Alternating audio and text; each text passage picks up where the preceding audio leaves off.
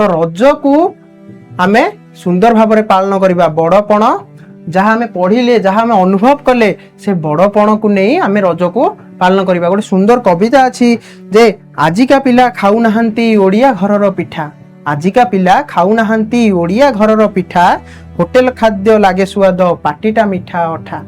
तमे माने आज पिठा खाऊन, तुमको होटेल खाद्य खाइबा पसंद, केवल अच्छी नूतन वस्त्र रजरे परिधान, होटेल मॉल सिनेमा देखा पार्क बुला मन। केवल अच्छी नूतन वस्त्र रजरे परिधान, होटेल मॉल सिनेमा देखा पार्क बुलारे मन।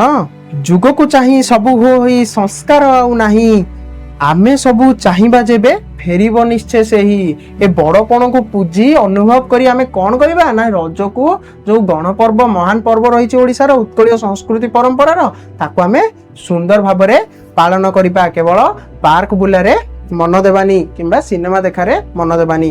धन्यवाद।